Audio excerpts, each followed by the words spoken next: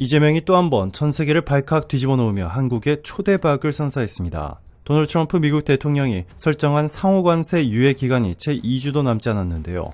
백악관은 연장 여부를 명확히 밝히지 않은 채 25% 관세를 기본값으로 던져놓은 상황이라 각국 산업계는 초긴장 상태입니다. 특히 일본 언론과 산업계는 이번 조치가 자국에 치명적일 것이라는 분석을 집중적으로 내놓으며 동시에 한국과 미국 사이의 혈맹 관계를 거론하고 있습니다. 일본이 느끼는 위기감의 배경은 크게 두 가지입니다. 첫째는 투자 실적의 격차입니다.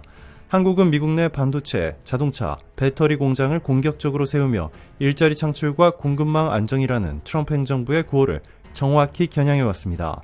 삼성과 SK, 현대차, 기아차 등이 줄줄이 수십억 달러 규모의 투자를 발표하고 즉시 착공에 들어갔으며 일부 현장은 트럼프 대통령의 유세 무대가 되기도 했습니다. 반면 일본은 아베 신조 전 총리가 트럼프에게 약속했던 미국 내 7개 공장 계획을 실질적으로 이행하지 못했습니다.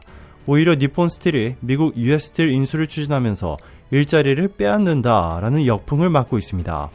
일본 경제신문과 TV 해설자들은 투자를 약속하고도 지키지 않는 나라가 관세 표적이 되는 것은 당연하다라는 자성 섞인 목소리를 내고 있습니다.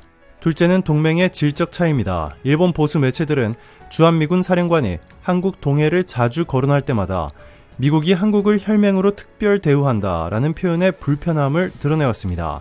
스기야마 신스케 전 주미 일본 대사는 바이든과 트럼프 두 행정부 모두 한국은 피를 흘리며 함께 싸운 동맹이라 강조했지만 일본은 화해를 통해 손잡은 동맹이라는 뉘앙스를 숨기지 않았다고 회고했습니다. 이 진주만 공습과 한국전쟁의 기억이 미국 정치와 대중의 뇌리에 각인된 결과라는 설명입니다. 역사를 돌아보면 이러한 차별적 인식은 경제 분야에서도 반복되었습니다. 1985년 플라자 합의로 엔화 가치가 폭등한 뒤 일본은 버블 붕괴와 함께 반도체 협정까지 맞으며 주력 산업이 급격히 약화됐습니다.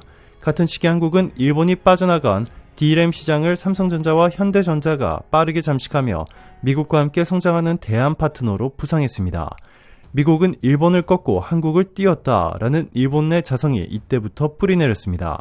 무엇보다 일본을 강타한 것은 이른바 1,400조 원 보따리 논란입니다. 기시다 후미오 총리는 두 차례나 백악관을 찾아 대규모 인프라 방위산업 투자 계획을 발표했지만 미국 의회는 실현 가능성과 고용 효과에 의문을 표시했습니다. 반면 한국 기업들은 투자 발표와 함께 부지 매입, 공장 착공, 기자재 반입 일정까지 공개해 생산성과 신뢰성 두 마리 토끼를 잡았습니다. 트럼프 대통령이 직접 기공식 리본을 자르는 장면은 한국은 행동으로, 일본은 말로 동맹을 관리한다라는 인식을 굳혔습니다. 이 같은 투자 격차는 관세 면제 협상에서도 결정적 변수로 작용할 전망입니다. 트럼프 행정부는 자국의 공장을 세운 기업에는 관세를 면제하거나 세액공제를 제공하는 친투자 카드를 써왔습니다. 현대차 엘레바마 전기차 라인, SK온 조지아 배터리 공장, 삼성 텍사스 파운드리는 모두 이 정책의 최대 수혜 사례로 꼽힙니다. 일본 업체들은 합작 공장을 통한 우회 투자를 시도했지만 트럼프 대통령은 고용 효과가 제한적이라며 격앙된 반응을 보였습니다. 혈맹이라는 상징 언어가 정책 결정에 미치는 실제 영향력도 무시할 수 없습니다. 백악관은 한국을 Ironclad Alliance라 표현하며 한국 전쟁 당시에 미군 36,000명의 전사자를 거론합니다. 한국은 참전기념비 관리와 유해 발굴 프로젝트 등으로 호혜성을 강조해왔습니다. 이런 상징은 예산 심의 과정에서도 한국 지원은 전몰 장병 예우라는 논리로 이어져 우호적 분위기를 조성합니다. 반면 일본은 진주만 공격과 전후 배상 문제가 여전히 거론되면서 이 동맹 비용을 더 부담해야 한다는 명분으로 작용합니다. 일본 내부에서도 현실을 직시하려는 움직임이 있습니다. 일본 경단련은 보고서에서 미국이 요구하는 것은 단순한 호칭이 아니라 공급망과 기술 안보를 공유할 의지라며 첨단 반도체와 배터리 공급망에서 일본이 한국과 대만과 동등한 위치에 있지 못한 점을 문제 삼았습니다. 정치권 일부에서는 핵심 부품 소재의 국산화를 서두르되 한국, 대만과 기술 협력도 모색해야 한다는 절충론이 나오지만 역사 문제와 자존심이 얽혀 실행은 더딘 상황입니다. 한국도 안주할 수 없습니다. 한미 동맹이 강조되는 만큼 가치 기준에 부합하지 않을 때 미국이 보여줄 실망감도 클 수 있습니다. 바이든 행정부가 인플레이션 감축법을 통해 한국 전기차에 불리한 요건을 적용했듯 이 트럼프 행정부 역시 미국인 우선 구매 조항을 확대할 가능성이 있습니다. 따라서 한국 정부와 기업들은 생산 거점을 다변화하고 R&D 센터, 인력 교류 등 소프트 파워 투자도 병행하며 협상 카드를 늘려야 한다는 지적이 나옵니다. 향후 시나리오는 세 갈래로 요약됩니다. 첫째, 상호 관세가 전면 발동돼 자동차, 철강, 반도체 등 주요 품목에 일괄 관세가 부과되는 경우입니다. 이때 투자 실적이 부진한 일본이 직격탄을 맞고 한국은 일부 면제 조치를 받을 수 있습니다. 둘째, 유예 기간이 재연장돼 압박 국면이 이어지면서 각국이 추가 투자 약속을 내놓는 시간 벌기 전략으로 흐를 가능성입니다. 셋째, 투자와 관세를 맞교환하는 개별 협상이 병행돼 국가, 기업별로 협의가 엇갈릴 가능성도 있습니다. 무엇이 현실이 되든 미국 시장 의존도가 큰 동아시아 경제 구조가 흔들리는 것은 피하기 어려운 결과입니다. 결국 이번 사태는 동맹의 역사적 깊이, 실질적 투자, 그리고 글로벌 공급망 적합성이 복합적으로 작동해 국가별 운명을 가른다는 사실을 다시 한번 입증하고 있습니다.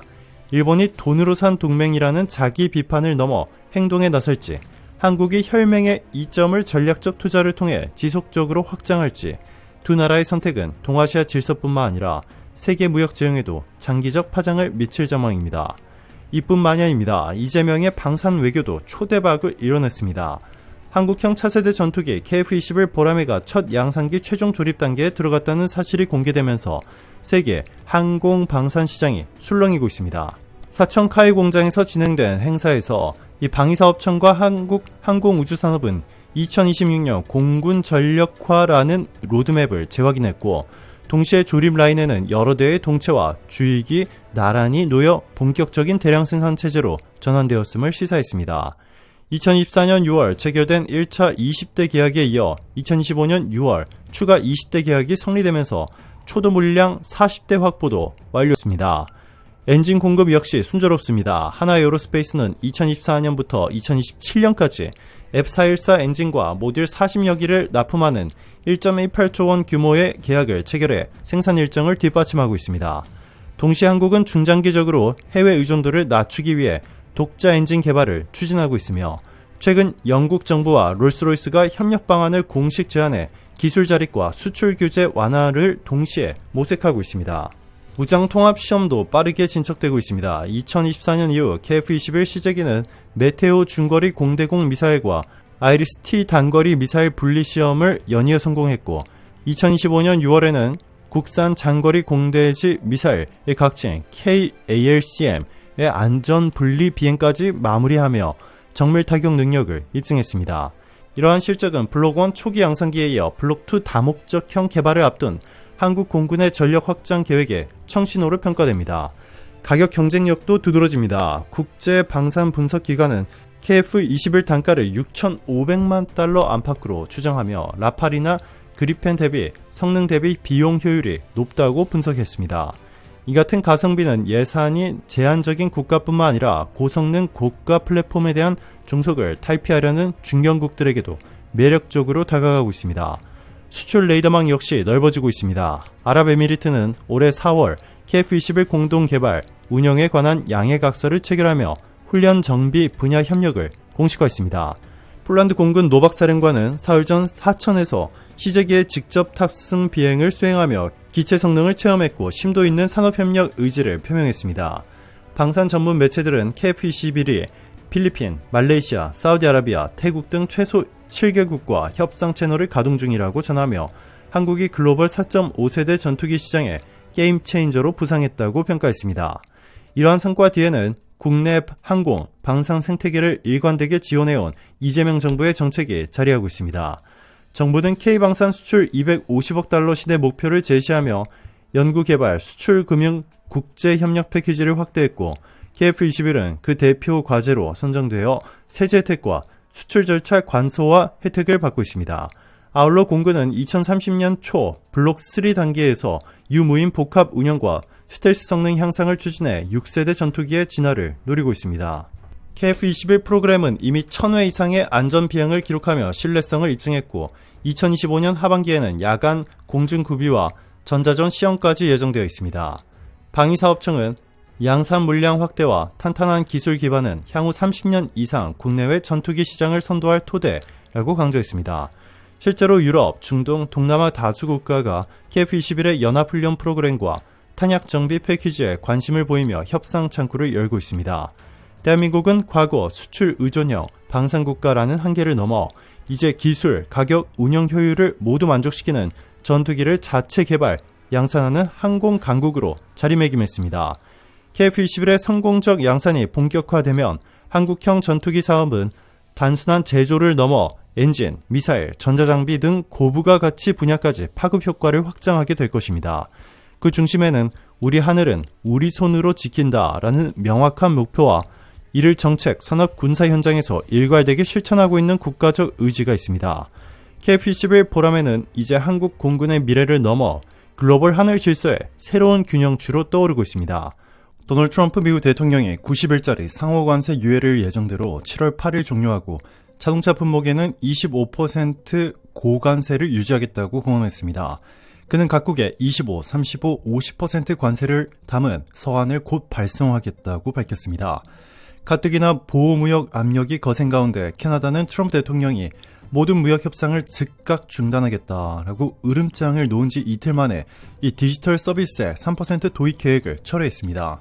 캐나다 정부는 트럼프 대통령과 다음 달 21일까지 새 무역 합의를 도출하기로 했다라며 백기를 들었습니다. 워싱턴의 강경한 관세 카드가 현실화되면서 유럽, 일본, 한국 자동차 업계도 비상이 걸렸습니다. 특히 한국산 전기차와 배터리 공급망이 25% 장벽에 묶이면 이 인플레이션 감축법 IRA 보조금 효과가 상당 부분 상쇄될 수 있다는 우려가 커지고 있습니다. 이에 따라 산업부와 재계는 관세 발효 이전에 이 보완 협정이 필요하다라고 한 목소리를 내고 있습니다. 시진핑 중국 국가 주석의 건강 이상, 이 8월 은퇴설은 혼란에 기름을 부었습니다. 미국 보수 진영과 일부 싱크탱크 인사들은 군부 숙청 러쉬가 건강 악화와 권력 이동의 신호라며 실각 가능성을 제기했습니다. 중국 외교부가 전혀 사실이 아니다라고 부인했지만 3주째 이어지는 행방묘연 보도에 글로벌 증시는 긴장하고 있습니다. 베이징 권력 공백 가능성까지 거론되자 원자재, 히토류 가격이 들썩이고 달러화는 다시 안전자산 선호 속에 강세를 보이고 있습니다. 월가의 한 애널리스트는 트럼프의 관세 폭탄과 중국 리스크가 겹치면서 2018년식 G2 블랙스완이 재현될 수 있다라고 경고했습니다. 갑작스러운 관세와 이 정상 교체설로 세계 무역과 외교 지형이 요동치는 가운데 한국은 10월 말 경북 경주시에서 열리는 APEC 정상회의 준비에 사활을 걸고 있습니다. 대통령실은 이미 회원국의 국가원수명의 초청장을 발송했고 트럼프와 시진핑 등 핵심 정상의 참석 여부가 최대 관전 포인트가 됐습니다. 이재명 대통령은 취임 첫 주부터 미국, 일본, 중국 정상과 잇따라 통화를 가졌고 이 시진핑 주석에게는 경주 에이펙에서 뵙자는 공식 제안을 전달했습니다. 시 주석은 전략적 협력 동반자 관계를 격상하자라며 호응한 것으로 전해졌습니다. 트럼프 대통령과도 6월 초 첫 통화를 마친 뒤 양국이 만족할 관세 해법을 조속히 찾자라는 데 공감대를 이룬 것으로 알려졌습니다. 외교가에선 트럼프가 한국이 관세 이슈를 해결하면 에이펙 참석을 긍정 검토하겠다라고 말했다라는 후문이 돌고 있습니다. 이런 가운데 미국 전략국제문제연구소 CSIS의 빅터차 석좌 연구원은 트럼프가 경주 에이펙 이후 판문점에서 김정은 북한 국무위원장과 이 세 번째 회동을 추진할 가능성이 있다라고 전망했습니다. 그는 이란 공습 이후 북중러 공조가 강화되는 상황에서 이 트럼프식 돌파구가 필요하다라고 분석했습니다. 외교부 고위 당국자는 북핵 문제의 현실적 관리와 한반도 평화 프로세스 재가동을 위해 에이펙 판문점 연쇄 정상 외교가 성사되면 이 중러 리스크까지 포괄하는 지정학적 완충판이 마련된다라고 평가했습니다. 이 청와대 안팎에서는 트럼프 김정은 회동이 이루어질 경우 2019년 판문점 회담 이후 멈춰있던 비핵화 대화에 물꼬가 트인다라는 기대감이 커지고 있습니다. 하지만 관세 시한은 착착 다가옵니다. 트럼프 행정부는 7월 8일 이후 단계별 관세율을 확정해 서한 형식으로 각국에 통보한다는 방침입니다. 한국 정부는 산업, 기재, 외교, 통일부처가 참여하는 통상안보합동 TF를 구성해 자동차, 배터리, 철강 등 핵심 품목별 피해 시나리오를 돌려보는 중입니다. 시진핑 은퇴설 역시 예측 불가 변수입니다. 블룸버그, CNBC 등 주요 외신은 차기 주석 하마평에 리창 총리, 왕후닝 상무위원 이름이 오르내린다라고 보도했습니다. 만약 8월 전격 교체가 현실화되면 에이펙 참석 여부와 미중 무역 협상 구도가 다시 원점이 될 수 있습니다. 국내 재계는 경주 에이펙이 사실상 글로벌 공급망 재편의 분수령이라고 보고 있습니다. 한 대기업 임원은 트럼프의 관세와 시 주석 불확실성 속에서 한국이 가교 외교로 존재감을 높일 기회라며 이 대통령이 디지털 그린 공급망 안정선언을 의제로 추진 중이라고 밝혔습니다. 전문가들은 이재명 대통령의 외교 라인 개편과 이 실용 다자 외교 전략이 시험대에 올랐다고 진단합니다. 트럼프에게는 관세 면제를, 시진핑에게는 경제, 안보, 포괄 협력을, 김정은에게는 단계적 상호조치 로드맵을 동시에 설득해야 하는 고난도 다자 방식입니다. 결국 10월 경주 에이펙은 보호무역 관풍과 중국 리더십 불확실성 속에서 한반도와 세계 질서를 가르는 분수령이 될 전망입니다. 관세 안보 빅딜, 이 미중북 정상외교, 공급망 재편이 한 자리에 교차하는 역사적 무대가 될지 아니면 또 다른 파국의 시발점이 될지는 앞으로 100여일 남짓한 외교전이 결정할 것입니다.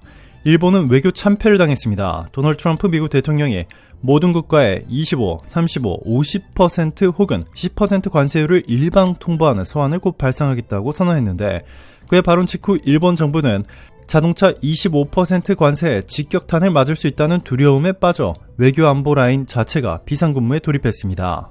일본 언론은 장관 끝 협상단이 7차례 왕복했지만 결과 없이 빈손으로 돌아왔다라며 동맹 외교가 한순간에 무너졌다는 비판을 쏟아냈습니다. 트럼프 대통령은 롱 인터뷰에서 일본을 콕 집어 미국산 자동차가 일본에서 한 대도 팔리지 않는다라고 지적하며 25% 관세를 못 박은 서한을 보낼 수도 있다라고 언급했습니다. 이는 일본 수출의 30%를 차지하는 자동차 산업을 정조준한 발언으로 일본 경제 산업성 관계자들도 협상 연장은커녕 페널티만 커졌다라는 자조를 내놓았습니다. 여론조사에서는 일본 국민 70%가 미국을 더는 믿을 수 없다고 답하며 대미 외교의 치명적 신뢰 상실을 보여줬습니다. 반면 이재명 대통령은 완전히 다른 장면을 연출했습니다. 그는 취임 직후 트럼프 대통령과 첫 통화를 통해 윈윈 해법을 찾자는 공감대를 마련했고 이어 10월 경주 에이펙 정상회의에 공식 초청장을 전달했습니다. 트럼프 대통령 측은 관세 문제에 진전이 있으면 참석을 적극 검토하겠다라는 긍정적 메시지를 보낸 것으로 알려졌습니다. 이 대통령은 시진핑 중국 국가주석과도 30분간 통화를 갖고 경주 에이펙에서 뵙자는 제안을 전달하며 한중 관계의 실질 협력 확대와 한반도 평화 정착을 위한 공조의 의견을 모았습니다. 시 주석 역시 에이펙 성공을 위해 긴밀히 협력하겠다라고 화답했습니다. 국제사회는 한국이 이 미중 양대 정상 모두를 한문대로 불러들이는 조정자로 부상했다고 평가하고 있습니다. 외교가에서는 트럼프의 관세 압박으로 일본은 방어에 급급하지만 한국은 오히려 관세, 안보, 공급망 3대 어젠다를 동시에 풀어낼 주도권을 잡았다라고 분석합니다. 경주 에이펙은 상호관세 제동, 공급망 다변화, 북핵 문제 관리 등 복합 의제가 겹치는 초대형 외교 이벤트입니다. 일본이 패닉 모드에 빠져 있는 사이 한국은 정상 외교의 무대를 사실상 선점한 셈입니다. 특히 미국, 중국, 북한 정상이 한반도를 둘러싼 다자 회의장에서 연쇄적으로 만나는 구도는 2018년 싱가포르 회담 이후 처음 제기되는 시나리오입니다. 만약 트럼프 대통령이 경주 일정을 마친 뒤 판문점에서 김정은 국무위원장과 회동한다면 이재명 정부는 북핵 대화의 물꼬를 열었다는 국제적 스포트라이트를 받을 전망입니다. 전문가들은 일본 외교가 자동차 관세라는 단일 의제에 매달린 반면 한국은 무역, 안보, 기후, 디지털 경제를 아우르는 종합 패키지를 제안한 것이 결정적 차이를 만들었다고 설명합니다. 한 외교 소식통은 트럼프 행정부의 새로운 규범에 맞춰 이 가치 외교에서 거래 외교로 기민하게 전환한 것이 이재명 대통령의 승리 요인이라고 평가했습니다. 트럼프 대통령의 관세 폭탄 앞에서 일본은 외교적 완패 상태에 몰렸습니다. 반면 이재명 대통령은 트럼프를 경주 에이펙에 끌어들이는 데 성공하며 한미관계의 주도권을 강화했고 동시에 시진핑 주석까지 포섭하며 다자 협상에 허브라는 새로운 외교 지평을 열었습니다. 일본이 절박한 단방향 구애에 갇힌 사이 한국은 다층적 복합 외교를 통해 실리와 명분을 모두 챙기는 한 수 위의 전략적 승리를 거둔 것입니다. 전 세계를 뒤흔드는 이란 이스라엘 충돌이 뜻밖에도 대한민국의 초대형 재팟을 안겨주고 있습니다. 이 피비린내 나는 중동 전장에서 총성이 메아리칠 때 한국 반산업계는 싸늘한 금속 대신 뜨거운 축배를 들어올리고 있습니다. 불과 몇 달 전만 해도 스페인은 이스라엘제 다연장 로켓 시스템을 껴안으며 축포를 쏘아 올렸습니다. 그러나 가자지구 학살과 이란 본토 타격이 이어지자 스페인 거리에서는 파괴의 공범을 거부한다라는 구호가 파도처럼 번졌습니다. 결국 마드리드 정부는 잉크도 마르지 않은 계약서를 갈기갈기 찢어 던졌습니다. 스페인은 대안을 찾아 헤맸습니다. 나토 표준 탄약을 쓰면서 하이마스보다 강력하고 이스라엘 무기보다 도덕적인 장비가 필요했습니다. 바로 그때 태평양 건너에서 올라온 한 이름, 천무. 천무가 스페인의 레이더망에 포착됐습니다. 천무는 239mm 로켓 12발을 단번에 쏟아내며 적진을 초토화하는 한국형 다연장 로켓 시스템입니다. 미군 하이마스가 6발 장전인 것과 비교하면 발사량이 2배, 파괴력은 체감상 3배라는 평가까지 나옵니다. 게다가 기존 이스라엘제 포드는 교체 없이 그대로 호환됩니다. 가성비, 화력, 윤리성 3마리 토끼를 동시에 잡은 기괴한 괴물이 등장한 셈입니다. 하이마스를 굳게 믿던 스페인 국방부는 폴란드가 288문, 사우디가 1조 원어치 질렀다는 소식을 듣고 단숨에 태도가 돌변했습니다. 하늘 아래 둘도 없는 방사포라던 하이마스 찬양은 하루아침에 천무야말로 미래라는 찬각으로 바뀌었습니다. 방산 전문가들은 천무가 나토의 새로운 표준이 될 것이라며 흥분을 감추지 못합니다. 가격은 하이마스의 절반, 화력은 2배, 납기는 전 세계에서 가장 빠른 K방산 생산체계 덕분에 2026년 이전 인도도 가능합니다. 스페인이 군용기 좌석을 한국행 비행기로 확보했다는 소문까지 나왔습니다. 이스라엘 방산 로비스트들은 충격에 빠졌습니다. 이들은 언론을 통해 천무는 전장 데이터가 부족하다라며 흠집내기에 나섰습니다. 하지만 이미 우크라이나 전선에서 실제 전투 데이터를 쌓고 있는 천무의 성적표는 가히 압도적입니다. 명중률은 90% 이상, 장거리 정밀 타격 능력은 기존 예상을 뛰어넘었습니다. 무엇보다 스페인 국민들은 팔레스타인 아이들의 피로 물든 무기를 살 수 없다라는 도덕적 분노를 선택했습니다. 이스라엘제 무기는 스페인 의회 회의장에서 피 묻은 딜이라는 조롱을 받았습니다. 미국도 뜻밖의 미소를 지었습니다. 한국산 천무는 하이마스와 탄약 호환이 되기 때문에 미군 보급망과 충돌이 없습니다. 동시에 이스라엘을 향한 국제적 비난을 완화할 방패막이 효과까지 기대할 수 있습니다. 워싱턴은 한국산 대체 시나리오를 지지하며 스페인이 한국과 계약을 체결할 경우 빠른 승인 절차를 약속했습니다. 한국 기업들은 이미 세비야와 바르셀로나 현지 공장을 물색 중이라는 풍문도 나왔습니다. 한국 방산업계는 함성을 질렀습니다.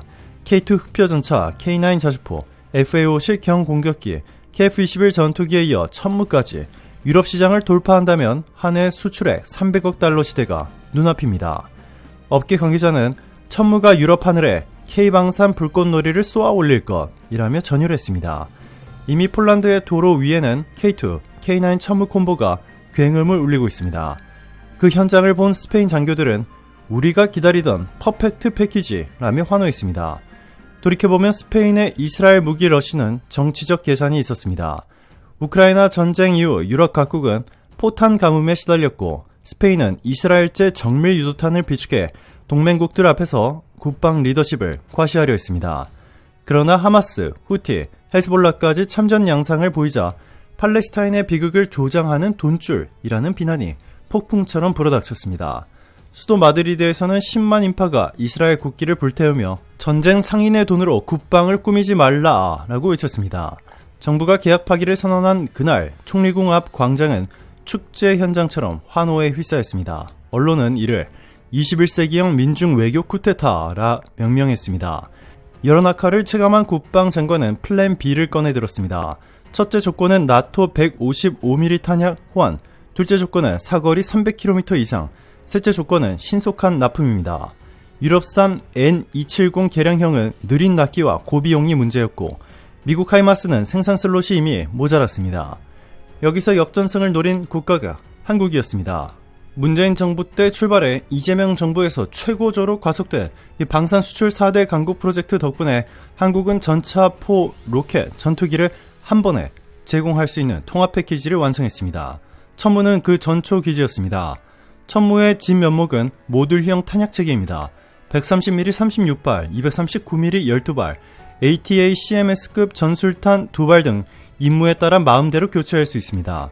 스페인 육군 참모총장은 마치 스마트폰에 앱을 설치하듯 탄약을 바꾸는 개념이라며 경탄했습니다. 발사 차량은 최신 8x8 플랫폼으로 스페인 시에라 네바다 산맥 급경사도 거침없이 기어오릅니다. LIG 넥스1의 유도 기술 덕분에 5차 원형 공사는 5m 수준으로 줄어듭니다. 스페인 언론은 미국이 한국 기술의 수호천사가 됐다라고 분석합니다. 미 국무부는 한국산 로켓 시스템을 들여오면 나토 표준화가 수월해진다 라고 스페인 측을 지원했습니다. 스페인 부품 업체들은 경기 화성시에 기술 제휴 사무소를 준비 중이며 한국은 현지 생산을 제안했습니다. 한 관계자는 천모를 스페인에서 생산하면 이 지브롤터에서 북아프리카까지 한밤중 15분이면 화력을 투사할 수 있다라고 말했습니다. 한국 정부는 천무 글로벌 패스트트랙 특별위원회를 가동해 수출 허가 심사를 석 달 안에 끝내겠다고 공언했습니다. 외교부는 스페인 주재 대사관에 방산 원스톱 센터를 설치해 계약, 금융, 물류, AS를 전담합니다. 상업통상자원부는 이번 딜은 첨단 제조업 한 스페인 동맹의 서막이라고 밝히며 지원을 약속했습니다. 흥미로운 점은 이 모든 드라마 뒤에 숨어있는 지정학적 조류입니다. 미국은 이란을 제재해 중국의 에너지 라인을 흔들고 중국은 러시아를 통해 유럽을 압박하는 삼각 외교를 전개하고 있습니다. 와중에 한국이 첨단 무기를 매개로 유럽과 신미럴 관계를 맺으면서 이 신냉전 판도는 복잡한 톱니처럼 맞물리고 있습니다. 전문가들은 천무 계약은 중경국 외교의 새 시대라고 평가합니다. 마지막 퍼즐은 스페인 의회 예산 통과입니다. 야당 반발이 변수지만 국민 여론이 이스라엘 무기 대신 한국 정의로운 무기를 사라 라는 흐름이라 통과 가능성이 높습니다. 국방부 소식통은 협상 초안은 이미 회람됐다라고 전했습니다. 규모는 차량 96대, 탄약 1만 발, 유지보수 패키지까지 포함해 총 2조 4천억 원 수준입니다. 스페인 공영방송은 한국 방산의 올림픽 금메달급 낭보라며 특집을 예고했습니다. 한국 방산의 새벽은 이제 막 밝아오고 있습니다. 천무가 이베리아 반도에 깃발을 꽂으면 KF-21 전투기, 비호 복합, 자주대 공포, 장보고 3 잠수함이 스페인군 카탈로그에 이름을 올릴 가능성이 커집니다. 그때가 오면 세계는 다시 놀랄 것입니다. 이 총성 없는 무한 경쟁 시대에 한국은 전차와 로켓이 아닌 전략과 신뢰로 전장을 지배한다는 사실을 확인할 것입니다. 전 세계가 숨죽여 지켜보는 가운데 우리는 역사적인 순간을 맞이하고 있습니다. 카운트다운이 시작됐습니다. 천무의 진격이 곧 막을 올릴 것입니다. 또 놀라운 것은 해외 외신들의 이재명 대통령에 대한 극찬이 쏟아져 나오기 시작했다는 것입니다. 그것도 해외 주요 언론들이 동시에 말이죠. 미국 디펜스 뉴스는 천무, K2, KF-21로 이어지는 삼각편대가 글로벌 무기시장의 판도를 바꿨다라며 이재명 대통령의 과감한 수출 지휘가 한국을 방산 빅5에 진입시켰다라고 평가했습니다. 영국 제인스 디펜스 위클리는 한국은 더 이상 가격 경쟁력이 아닌 기술 리더십으로 승부한다라며 K2 흑표와 레오파르트 2A7의 비교 분석 특집을 게재했습니다. 독일 디벨트는 폴란드, 루마니아, 에스토니아가 선택한 한국산 자주포 다연장 로켓은 유럽 안보 지형을 재설계하고 있다라고 보도했습니다.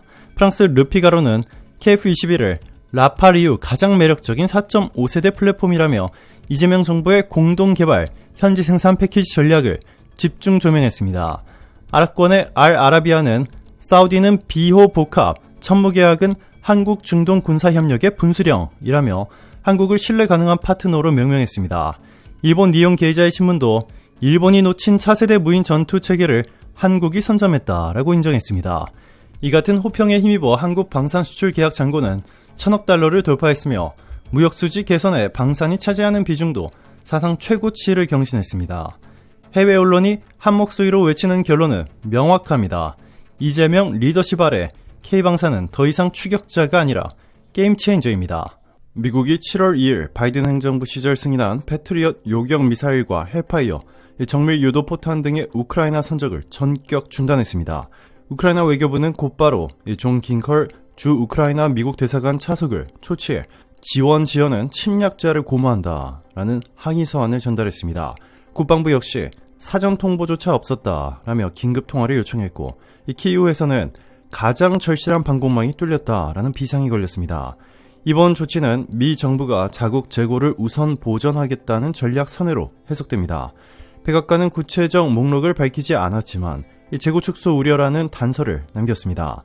러시아가 순항미사일, 드론 공세를 강화하는 상황에서 우크라이나의 숨통이 더 조여들 것이라는 관측이 나옵니다. 이와 동시에 우크라이나 정부 당국은 북한이 러시아 지원병을 최대 3만 명까지 증원할 수 있다는 분석을 내놓았습니다. 이 CNN이 전한 내용에 따르면 2024년 11월 투입된 1만 1천 명 외에 이 추가 병력이 몇 달 안에 도착할 가능성이 크고 이미 운송선과 IL-76 수송기가 포착되었습니다. 서방 정보 당국도 최대 3만 명 파병 가능성을 확인하며 이 전쟁의 새 중대 전환점이라 평가했습니다. 즉 미국발 무기 중단, 우크라이나 방어력 약화, 북러 군사협력 가속이라는 3중 악재가 한꺼번에 현실화되고 있습니다. 이런 국제안보의 진공 상태에서 가장 주목받는 국가는 역설적으로 한국입니다. 한국은 양질의 무기체계를 속도감 있게 양산 수출하며 믿을 수 있는 대한 공급자로 급부상 중입니다. 첫째, 하늘을 지키는 한국판 우주방패 LSAM-2입니다. 하나에어로스페이스는 2025년 6월 ADD와 1986억 원 규모의 본격 개발 계약을 체결했습니다.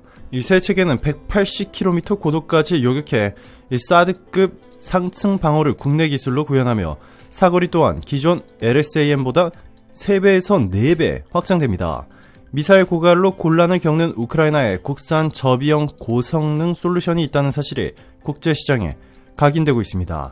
둘째, 하늘의 창 KF-21 보라매입니다. 2025년 5월 사천 공장에서 첫 양산기가 최종 조립 단계에 돌입했고 2026년 실전 배치를 앞두고 있습니다. 4.5세대 다목적 전투기로 AESA 레이더, 초음속 순항, 7.7톤급 무장 탑재 능력을 갖췄으며 동종급 대비 획득 유지비가 낮다는 점이 강점입니다. 최근 동남아, 중동 국가들이 F-16 노후 대체안으로 KF-21을 타진하면서 포스트 우크라이나 시대 항공력 공백을 메울 후보 1순위로 거론됩니다.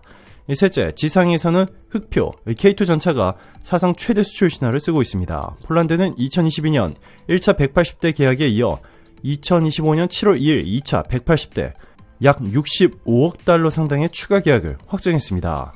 63대는 폴란드 현지 조립, 나머지는 현대로템 직도입 방식으로 이 기술 이전, 현지 조달을 병행해 나토 전차 전력의 판도를 바꾸고 있습니다.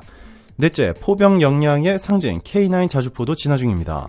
하나는 2025년 캐나다 캔세크에서 차륜형 K9 썬더를 최초 공개 북미 유럽 시장을 겨냥했습니다.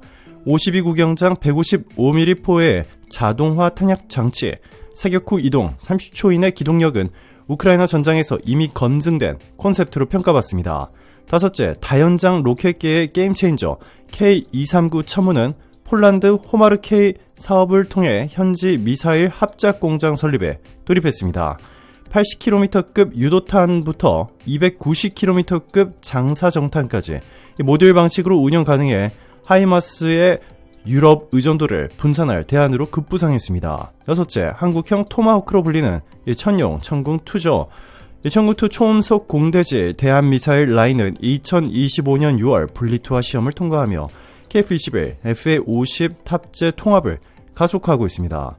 500km 이상 떨어진 전략 거점을 마하 2.5속도로 타격할 수 있어 장거리 정밀 타격 수요가 폭증한 동유럽, 중동이 성공적인 레퍼런스로 주목하고 있습니다. 일곱째, 전략 억제 카드를 쥔 현무5 극초대형 탄도미사일은 8,9톤급 탄두 3,000km 이상 사거리로 한국형 프롬스트라이크 능력을 확보했습니다.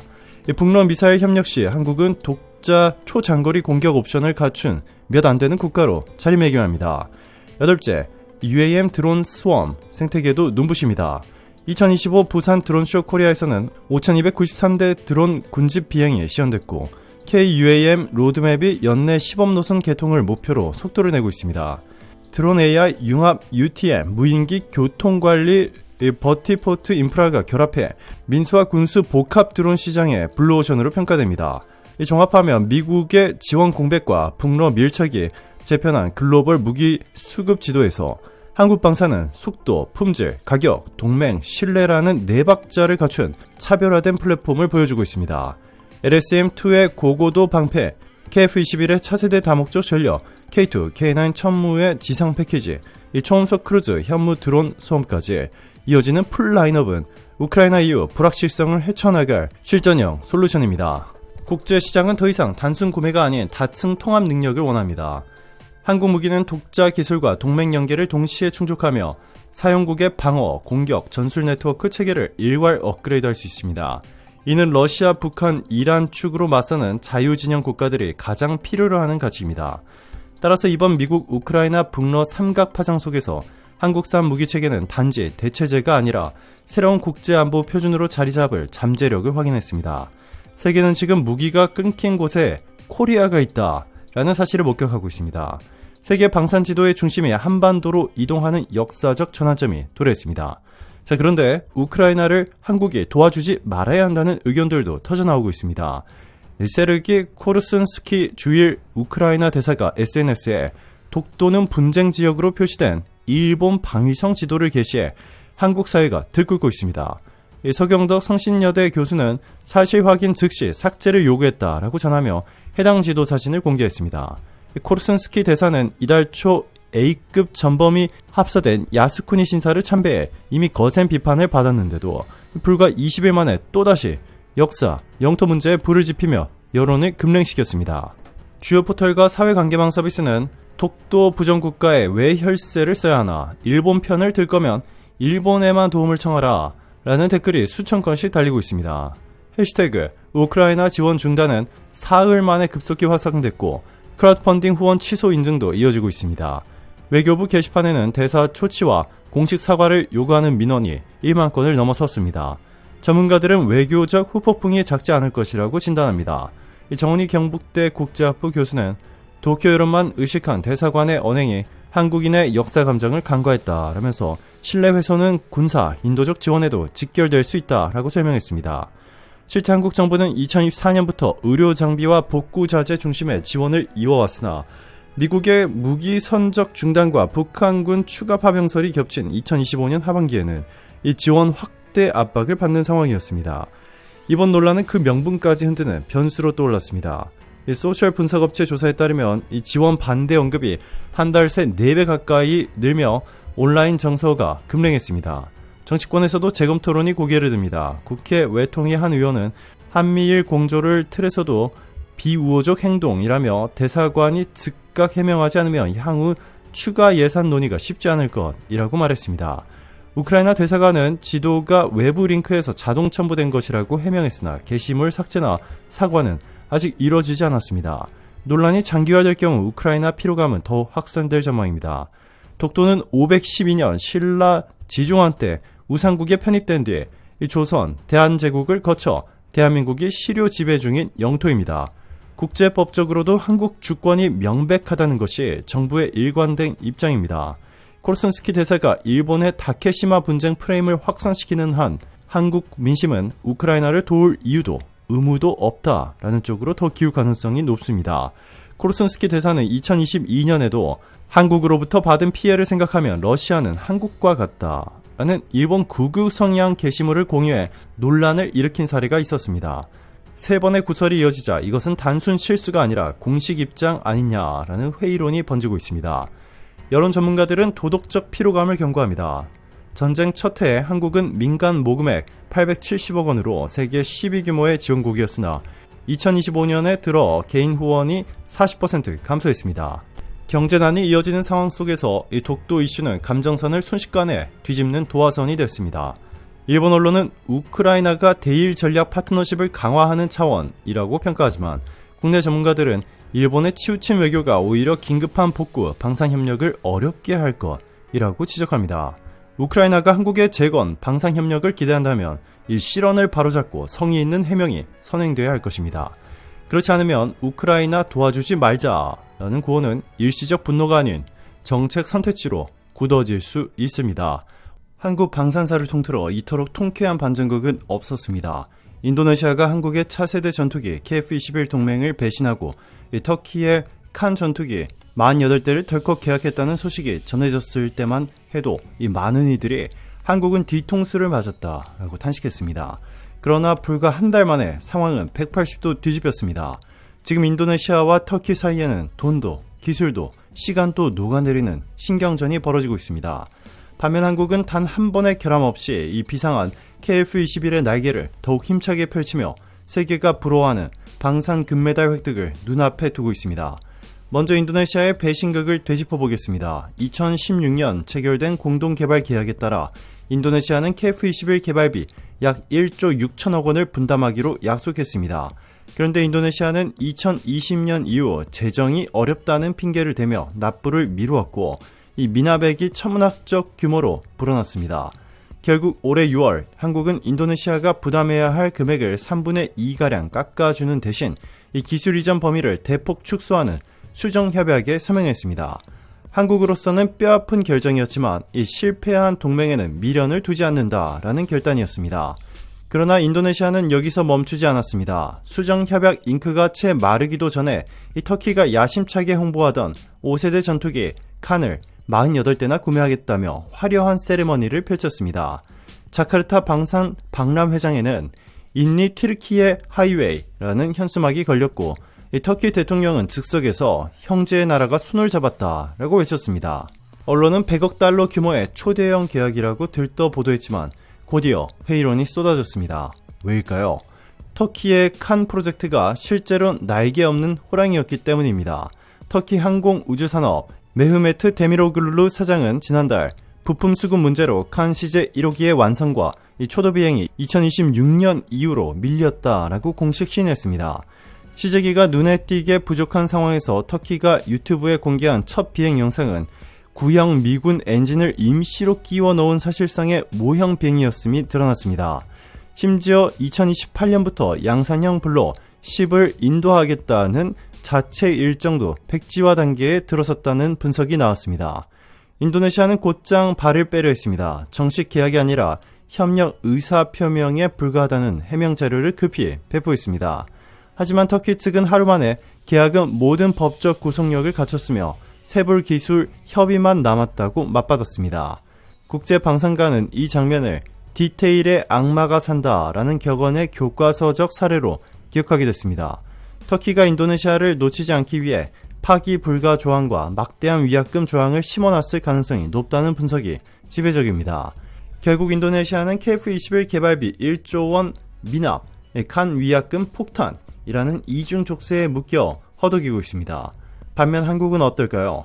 KF-21은 작년 첫 비행부터 올 상반기 고난도 추력 편향 시험까지 단 하나의 치명적 결함 없이 모든 일정을 퍼펙트 클리어했습니다.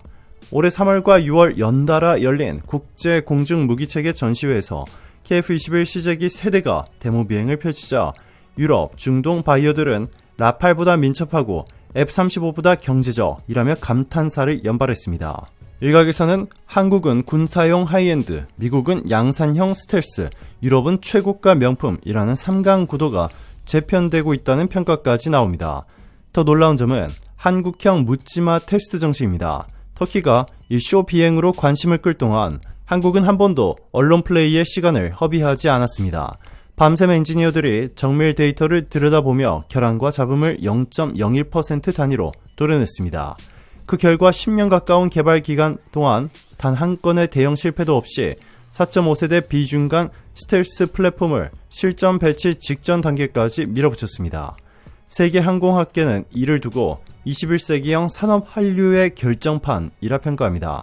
한국의 승전가는 여기서 멈추지 않습니다. KF-21 양산 1차 물량이 2026년 말 실전 배치되면 공군은 F-35A와 복합 편대를 형성해 동북아 최강 공중 전투 네트워크를 완성합니다.